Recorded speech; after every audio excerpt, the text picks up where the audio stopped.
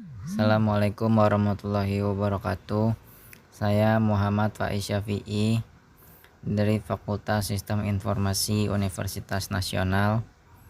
Di sini saya akan menjelaskan bisnis model Canvas yang telah saya buat, yaitu tentang Six Cloud Hosting and Data Center. Di sini saya akan menjelaskan bisnis model Canvas itu. Bisnis model Canvas adalah salah satu dari sekian model bisnis yang berkembang di dunia. Secara sederhana, model bisnis adalah strategi yang dibuat di awal untuk menjalankan sebuah bisnis. Model bisnis mengatur hubungan antara bagian produksi, distributor, hingga ke tangan konsumen. Model bisnis Canvas ini pertama kali dikembangkan oleh Alexander Osterwalder. Dengan menggunakan model bisnis ini, kita dapat menggambarkan dan mengerucutkan beberapa aspek bisnis sebagai sebuah strategi yang utuh. Bisnis model Canvas ini terdiri dari 9 elemen yang dapat menunjang berjalannya sebuah bisnis. Yang pertama itu ada customer segment. Customer segment adalah kelompok target konsumen yang akan atau sedang kita bidik untuk menjadi pelanggan kita. Hal yang harus diperhatikan dalam segmentasi pelanggan yaitu harus benar-benar bisa mendefinisikan secara spesifik siapa segmented target pelanggan kita. Dalam bisnis saya, customer segmentnya atau sasaran pelanggannya itu ada 3. Yang pertama, IT company, perusahaan-perusahaan yang berbasis IT. Yang kedua, media digital company, perusahaan yang berjalan di media digital. Yang ketiga, storager, orang-orang yang membutuhkan sebuah penyimpanan. Yang kedua, value proposition. Value proposition merupakan nilai atau value yang kita tawarkan untuk pelanggan. Kelebihan dan keunggulan produk kita dibanding pesaing adalah hal yang harus dituliskan di value proposition. Keunggulannya menggunakan algoritma kompresi untuk memperkecil ukuran data yang disimpan dan dengan layanan self-service. Bisnis saya menawarkan cloud hosting dan data center, di mana pada cloud hosting memiliki layanan dengan layanan self-service yang lebih cepat dan lengkap. Sedangkan untuk data center, saya menggunakan algoritma kompresi untuk memperkecil ukuran data yang disimpan.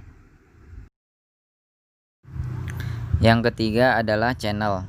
Channels adalah cara Anda menjangkau customer. Tidak terbatas pada distribusi, tapi juga hal lainnya yang menyebabkan bisnis Anda dan customer bisa bersentuhan. Kategori di dalam channels yang pertama itu ada website, yang kedua self-service, yang ketiga API, yang keempat email marketing, yang kelima sosial media marketing. Cara bisnis saya untuk dapat bersentuhan dengan para pelanggan dengan cara self-service, di mana saya memberikan pelanggan lebih banyak kontrol penuh di tangan mereka sendiri. Saya juga membuat sebuah API agar pelanggan saya dapat memakai sekumpulan perintah, fungsi, dan protokol yang dapat digunakan. Email marketing dan sosial media marketing digunakan untuk memberikan informasi produk dan diskon untuk pelanggan.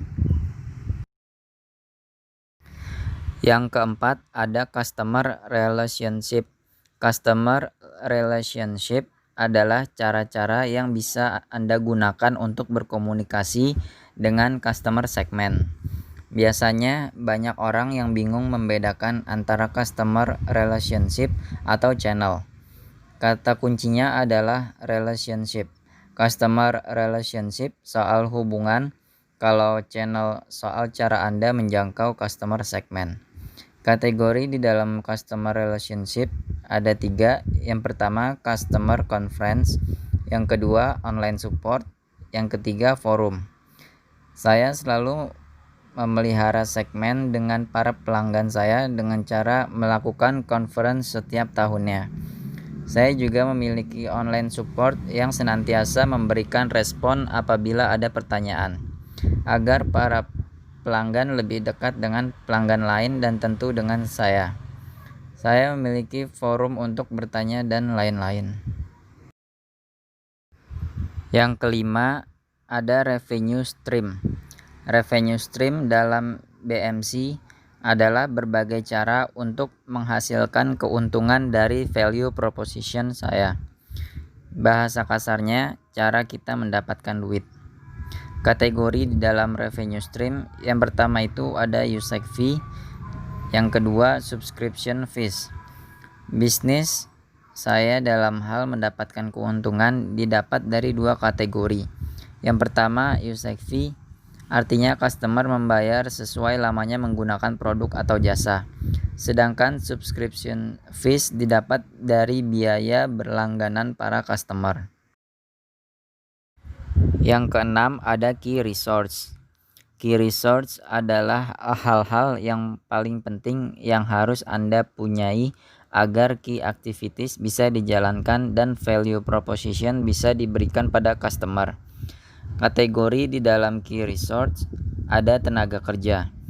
Yang pertama analis sistem, yang kedua network engineer, yang ketiga ada programmer. Selanjutnya physical asset. Yang pertama itu ada komputer, yang kedua hardware, yang ketiga software kompresi, yang keempat ada office.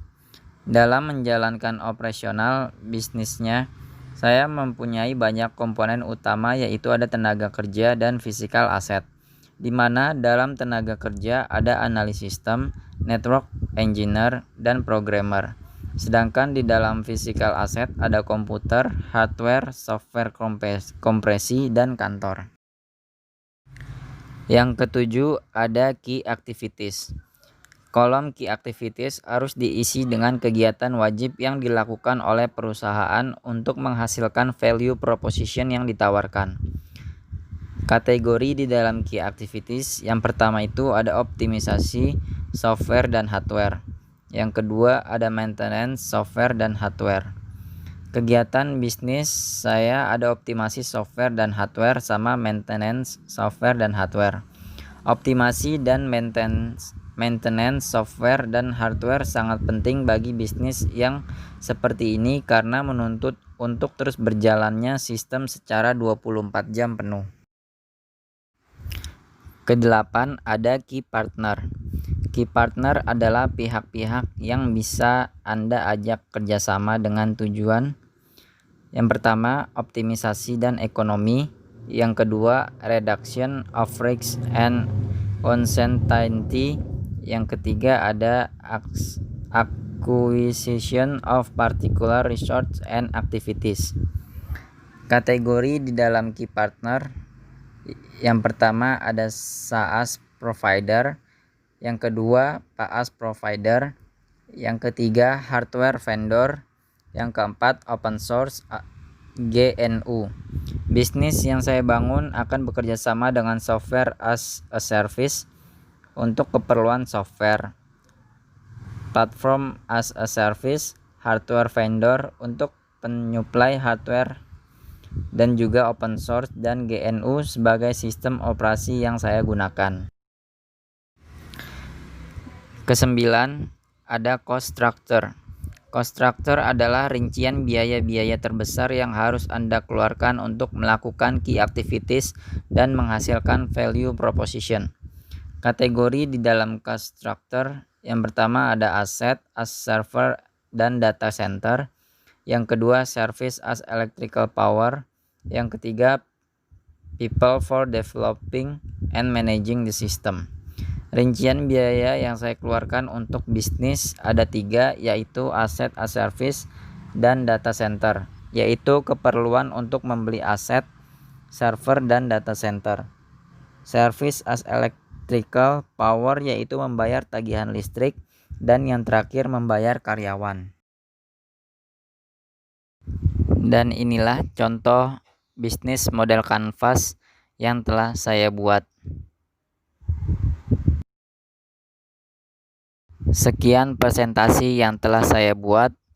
Apabila ada kekurangan mohon dimaafkan. Terima kasih. Wassalamualaikum warahmatullahi wabarakatuh.